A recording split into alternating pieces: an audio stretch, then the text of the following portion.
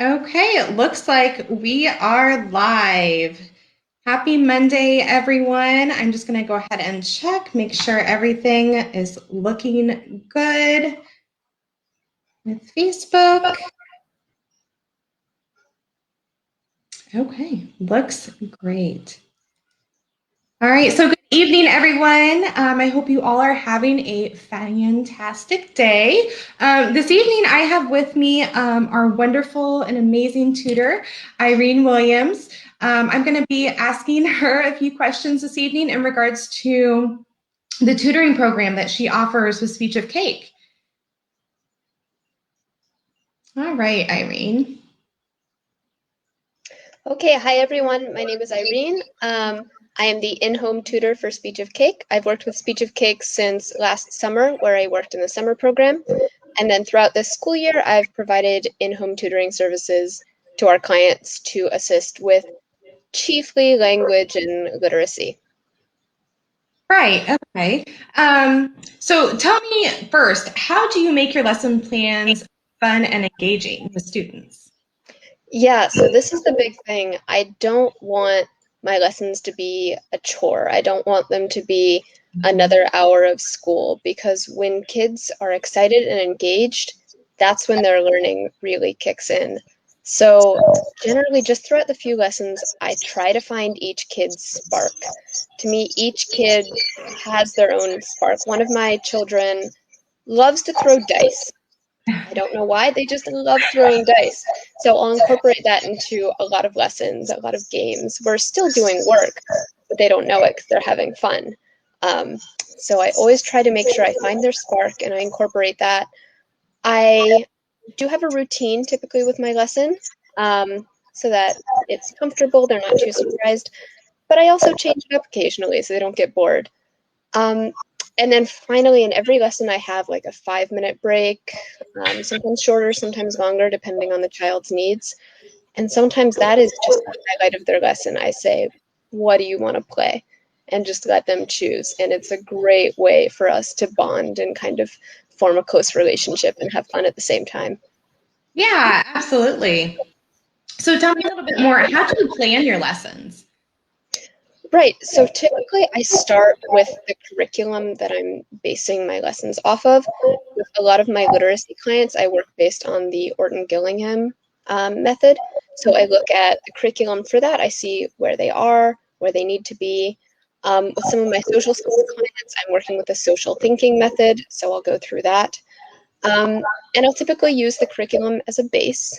And from there, I use a lot of online resources. I use Courtney and Lee as resources too. I'll say, look, I'm having this problem. I want to address this issue. Do you have anything? 9 times out of 10, they have an activity or an idea for me. Um, I'm not going to reinvent the wheel. There are so many fantastic people who have designed really creative, incredible lesson plans. So I often go off of that and then I tweak it depending on the child's needs, the child's interests. And then occasionally I will just design something completely unique for the child. Yeah, absolutely. Sounds awesome. So, how do you assess your students' progress?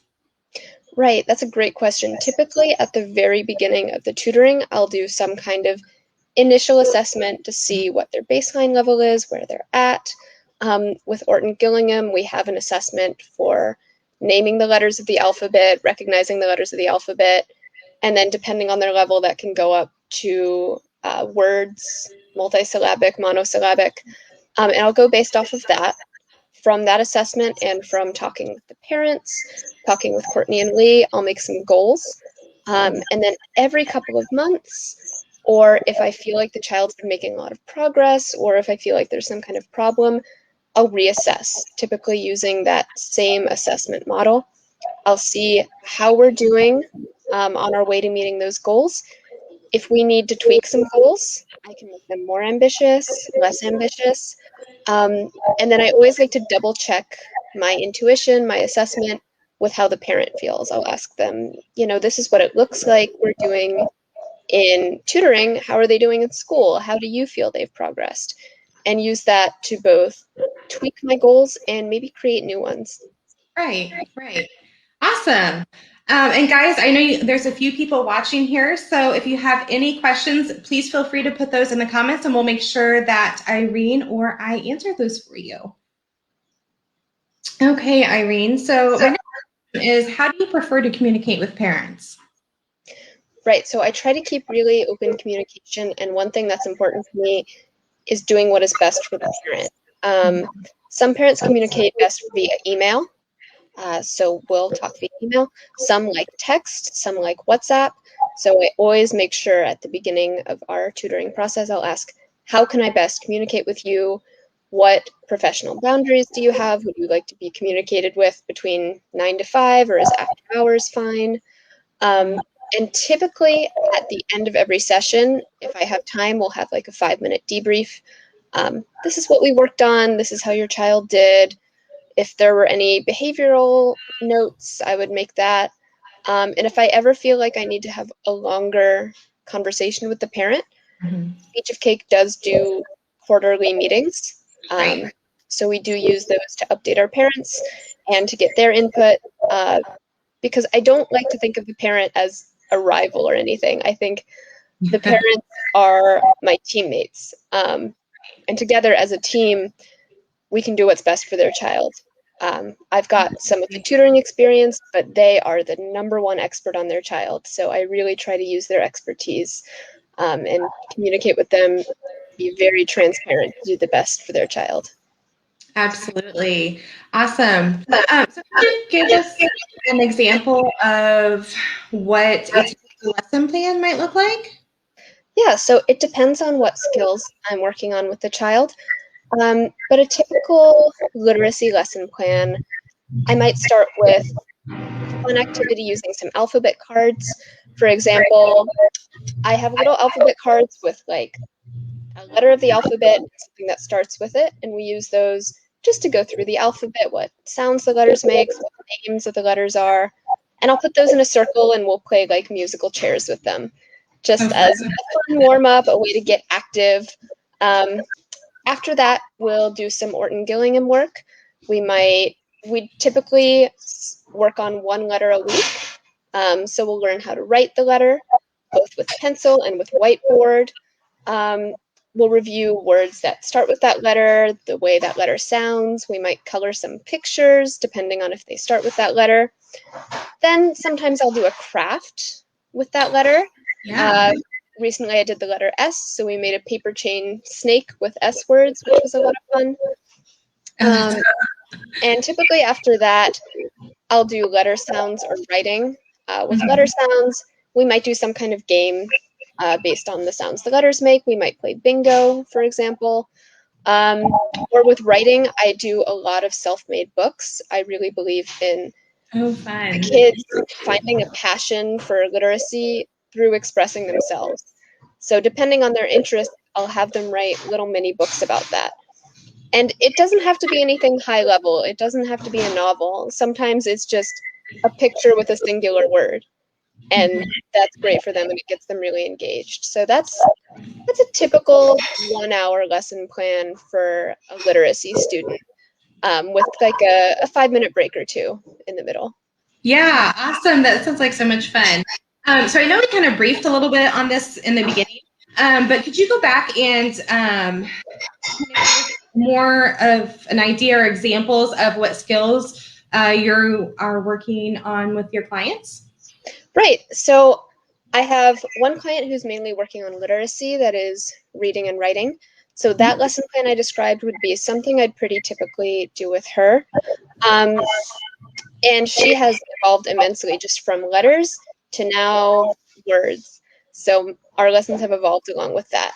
I also have a client who is working more on language skills, and of course, reading and writing are part of that.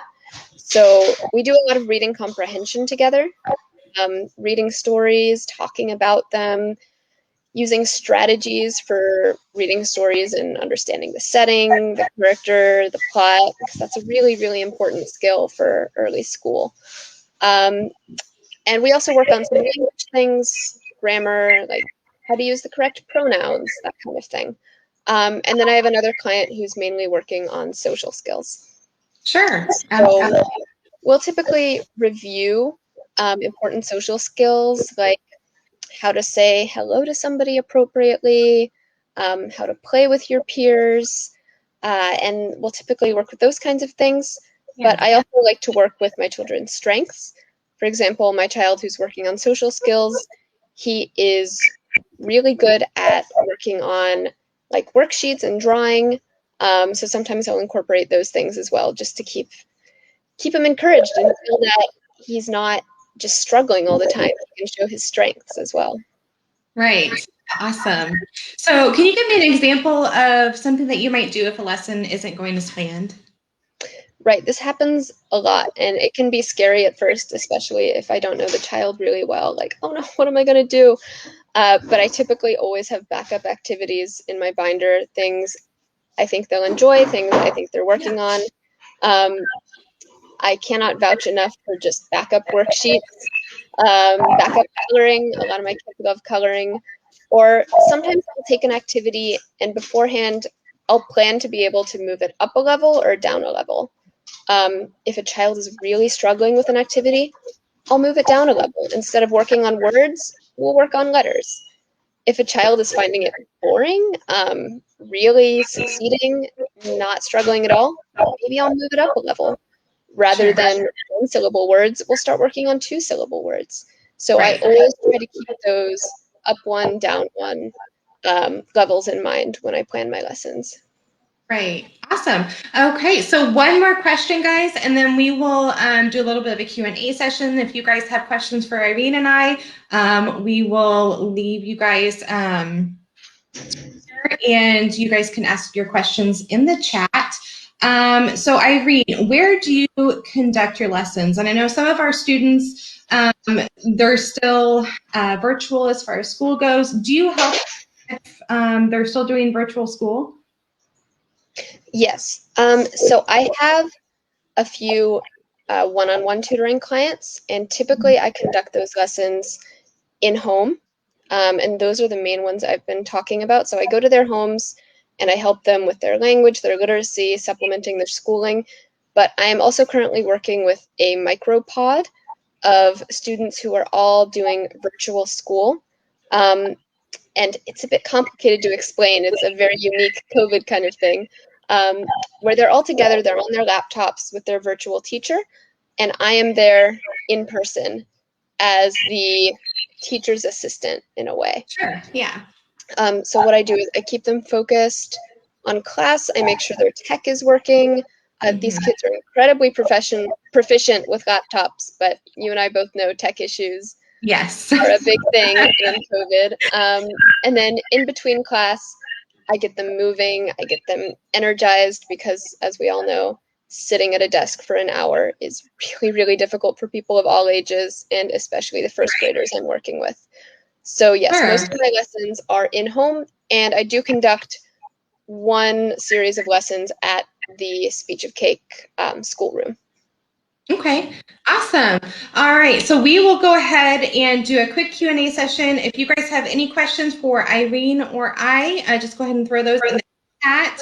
We'll be live here for another minute or so to answer questions. Otherwise, if you have anything additional and you're watching the replay, feel free to email me. My email is Mandy, M-A-N-D-Y, at speechofcakeinc.com, and I'll be sure to get back with you for any questions that you might have. Okay, so Irene, we'll go ahead and wait a minute and see if anyone hops on to ask some questions.